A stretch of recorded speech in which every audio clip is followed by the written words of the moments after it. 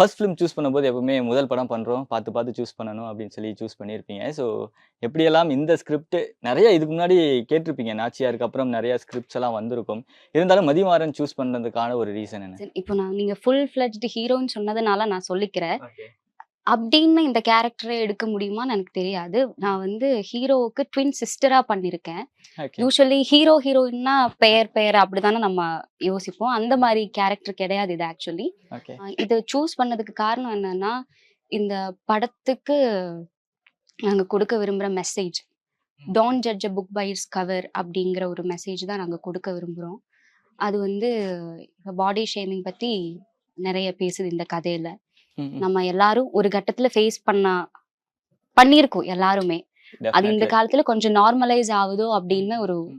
ஒரு கொஸ்டின் இருக்கு. ஸோ அந்த கொஸ்டின இன்னும் கொஞ்சம் ஸ்ட்ராங் ஆக்குறதுக்கு இந்த படம் இப்போ தேவைன்னு நான் நினைக்கிறேன்.